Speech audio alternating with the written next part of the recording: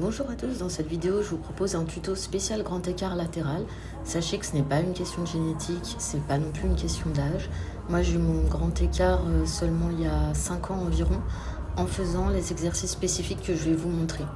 Donc toujours bien s'échauffer avant, vraiment faire un peu monter la température. On ne fait jamais de souplesse à froid totalement. Il faut réveiller un petit peu le corps, mobilité rapide. Donc voilà, on va commencer. Premier exercice, donc des fentes avant avec des petits pulses. Contractez bien les fessiers et les abdominaux quand vous le faites. Et essayez à chaque fois sur l'expiration d'aller un petit peu plus loin. Bien entendu, on fait aussi la deuxième jambe.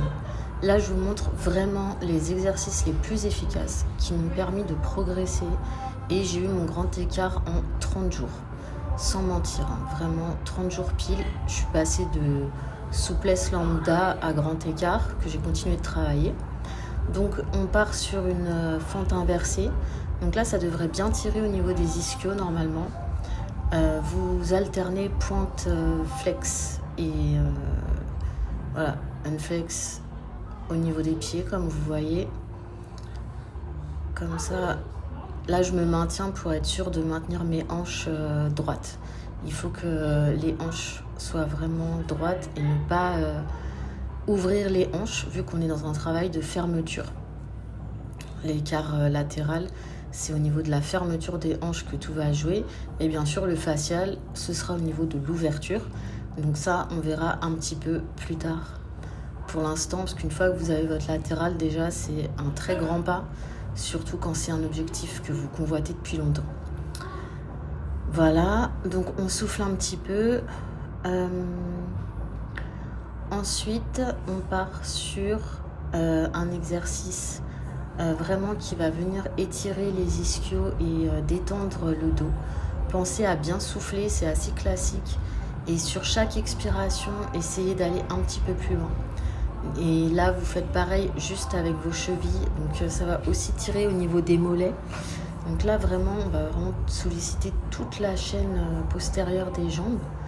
Donc ayez bien conscience de là où ça coince potentiellement pour insister.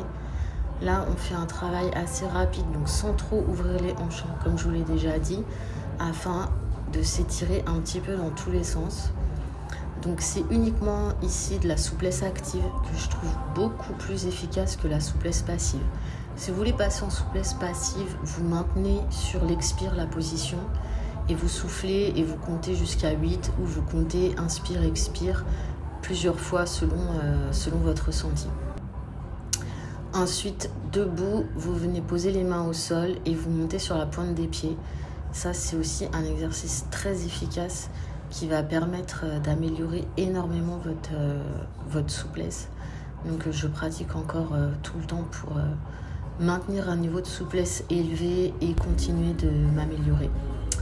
On passe à la fente du coureur. Donc là, vous écartez bien la jambe qui est pliée en avant, en fente avant.